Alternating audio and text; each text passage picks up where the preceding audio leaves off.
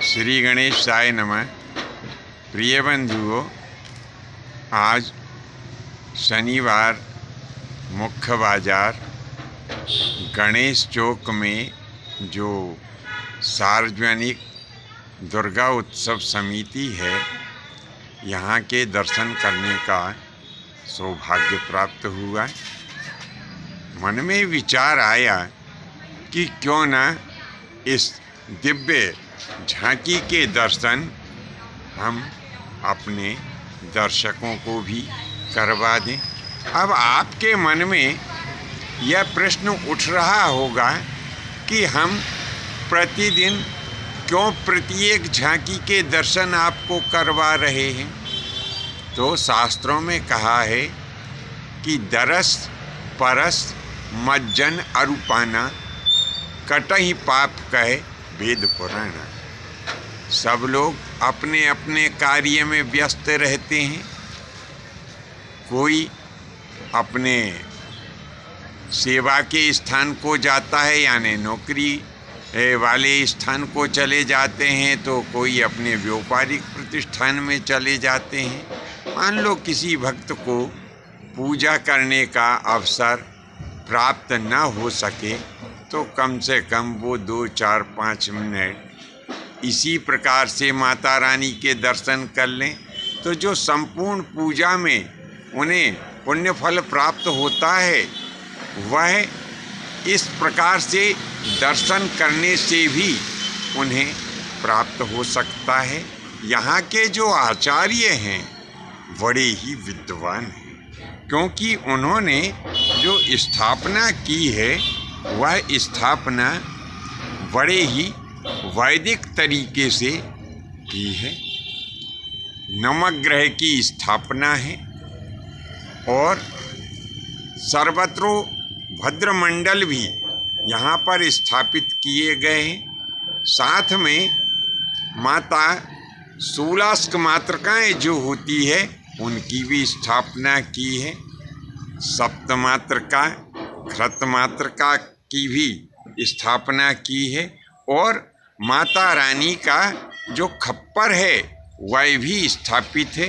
दिव्य ज्योति प्रज्वलित है और माता जी का जो आयुध है, जिसे खांडा या तलवार भी कहते हैं, वो भी यहाँ पर स्थापित है।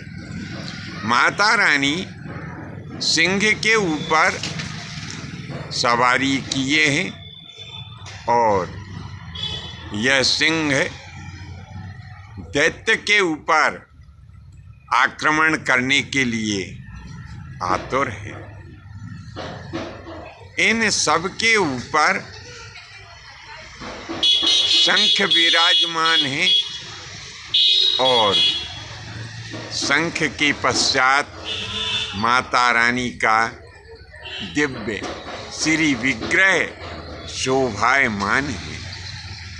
बंधुओं, माता की गोदी जो होती है, इसकी बराबरी कोई भी देवता नहीं कर पाते हैं। माता का आशीर्वाद और माता की गोदी का सुख लेने के लिए स्वयं परमात्मा को भी इस धराधाम के ऊपर अवतार लेना पड़ता है।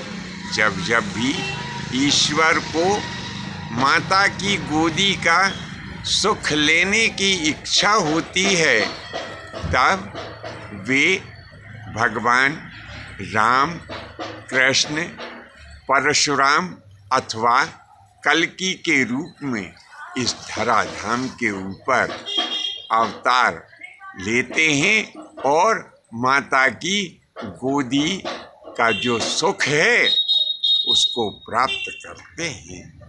कहते हैं कि जो भी माता रानी की सेवा, पूजन, अर्चन और वंदन इत्यादि करते हैं, उनकी सभी मनोकामनाएं पूर्ण होती है। कहते हैं कि जिनके पुत्र नहीं होता है, तो माता जी की सेवा करने से उनके यहाँ पुत्र रत्न की प्राप्ति भी हो जाती है। दुर्गा चालीसा में एक बड़ी ही सुंदर पंक्ति कही गई है कि जाकह पुत्र होए नहीं भाई, सो नर या विधि करे उपाई। 5 वर्ष जो पाठ करावे, नवरात्र में विप्र जिमावे। निश्चय होए प्रसन्न भवानी, पुत्र देह ताकह गुण खानी। यानी जो नवरात्रि में विधिवत माता रानी की सेवा, पूजा अर्चन और वंदना इत्यादि करते हैं, उनके यहाँ दिव्य यशस्वी पुत्र उत्पन्न होते हैं, ऐसा ही शास्त्रों में कहा गया है। अब यहाँ पर माता रानी के भक्तराज विराजमान हैं। देखिए इनकी तन्मयता, देखिए बड़े तन्मय हो कर के और माता रानी के दिव्य भोग की तैयारी कर रहे हैं। चलिए इनका परिचय जानते हैं। प्रभु जी अपना शुभ नाम बताइए। भगवान वीरेंद्र मीणा। श्री वीरेंद्र जी मीणा। भगवान जी आप यहीं मंडी जी विराजते हैं? जी मैं यहीं विराजता हूँ। जी, तो आप इस झांकी में कब से सेवा दे रहे हैं भगवान? ये झांकी में काफ़ी साल हो गए, पर जजमान बने यहाँ मेरा 8वां साल है। 8वां साल है। तो देखिए हमारे ये वीरेंद्र जी मीणा 8 वर्षों से यहाँ पर जजमान बनते आ रहे हैं। भगवान जब आप यहाँ पर सेवा देते हैं तो आपको कैसा लगता है प्रभु? बहुत अच्छा लगता है, शांति महसूस होती है, मन में शांति प्राप्त होती है। जी, अब यहाँ पर हमारे आचार्य उपस्थित हैं, इनसे जानकारी लेते हैं। भगवान जी आज माता रानी के किस रूप की पूजन होती है प्रभु? प्रथमं शैलपुत्री च, जी द्वितीयं ब्रह्मचारिणी, जी तृतीयं चंद्रघंटेति, जी कूष्मांड चतुर्थकम्, जी पंचमं स्कंदमातेति, जी। षष्ठम कात्यायनीति च। जी। आज 6वां दिन है माता रानी का। जी। तो कात्यायनी पूजन होती है। आज भगवती कात्यायनी की पूजन होती है। भगवान जब हम भगवती कात्यायनी की पूजन करते हैं तो वैसे तो माता जी का प्रत्येक रूप प्रत्येक कामनाओं को यानी सर्व कामनाओं को पूर्ण करते हैं, लेकिन विशेष रूप से जो भगवती कात्यायनी है वो विशेष रूप से किस कामना की पूर्ति करने वाली देवी जी हैं? माता कात्यायनी को शहद का भोग लगाने से उपास की आकर्षण शक्ति में वृद्धि होती है। आकर्षण शक्ति में। अच्छा, तो जब हम भगवती कात्यायनी का पूजन करते हैं तो हमारे शरीर में एक विशेष आकर्षण उत्पन्न होता है। तो इस एक सकारात्मक ऊर्जा हमारे भीतर पैदा होती है।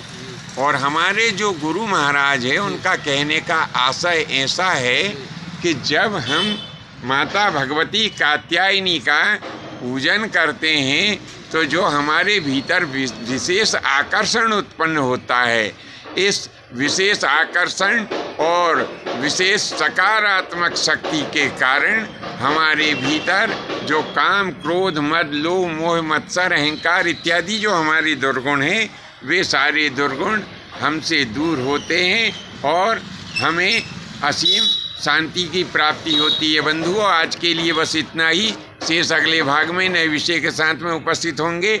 आज्ञा दीजिए। धन्यवाद। जय माता की, जय परशुराम जी की।